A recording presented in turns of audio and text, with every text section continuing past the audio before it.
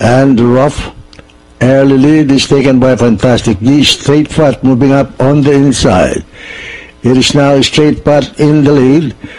Straight Pat, Fantastic G, and on the outside is entry number 5, Diamond's Wonder.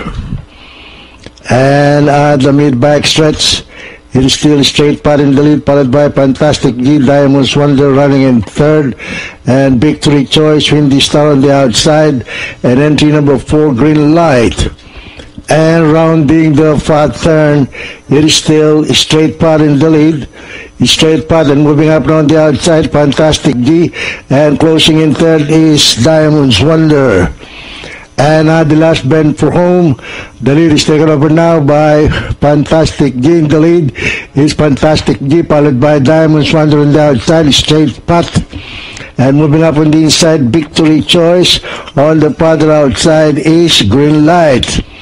And at the top of the stretch is Fantastic G and Diamond's Wonder moving up on the outside. Diamond's Wonder, Fantastic G, Diamond's Wonder, Fantastic G.